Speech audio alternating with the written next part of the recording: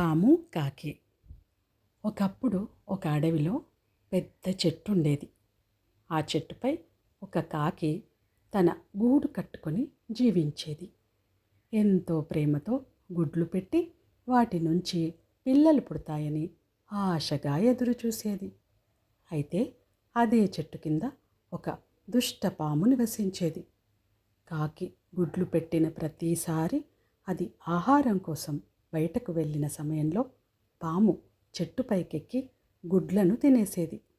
ఇలా పదే పదే జరుగుతుండడంతో కాకి తీవ్రంగా బాధపడింది. ఒకరోజు పాము తన గుడ్లను తినడం కాకి స్వయంగా చూసింది. పాముతో నేరుగా పోరాడే శక్తి తనకు లేదని గ్రహించిన కాకి ఒక తెలివైన ఉపాయం ఆలోచించింది. దగ్గరలోని రాజభవనానికి వెళ్ళిన కాకి యువరాణి స్నానం చేయడానికి ముందు తీసిపెట్టిన బంగారు ఆహారాన్ని ముక్కుతో పట్టుకొని ఎగిరిపోయింది. వెంటనే రాజభటులు కాకిని వెంబడించారు.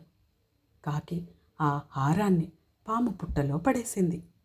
హారం కోసం వెతికిన భటులకు పాము కనిపించడంతో వారు దానిని చంపేశారు. దీంతో కాకి సమస్య పూర్తిగా తొలగిపోయింది. తన శత్రువైన పాము పీడ విరగడైందని, ఇకపై తన గుడ్లకు ఎలాంటి ఢోకా లేదని కాకి ఎంతో ఆనందపడింది.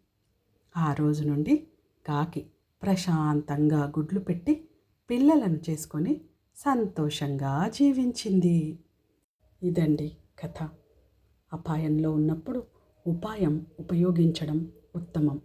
ఎంతటి బలమైన శత్రువునైనా తెలివితేటలతో, సరైన ఆలోచనతో ఓడించవచ్చని ఈ కథ మనకు నేర్పిస్తుంది.